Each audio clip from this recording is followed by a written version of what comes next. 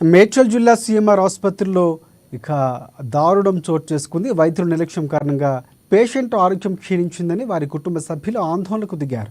రక్తహీనత సమస్యతో మేడ్చల్ పట్టణానికి చెందిన అరుణ సీఎంఆర్ ఆసుపత్రిలో చేరింది.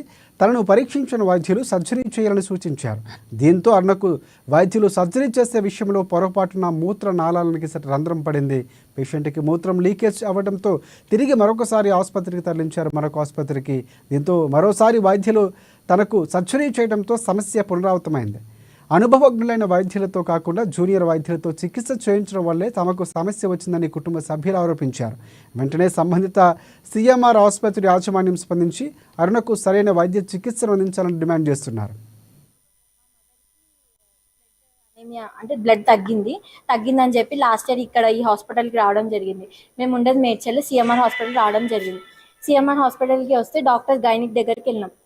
గైనిక్ వాళ్ళు ఏమన్నారంటే బ్లడ్ తగ్గుతుంది, మీకు ఒక 3 months మేము ఒక కోర్స్ లాగా మెడికేషన్ ఇవ్వాలి, అది వేసుకున్నాక మీకు ఎలా ఉందో చూసాక ఆపరేషన్ చేయాలి అంటే చేస్తాము అని అన్నారు.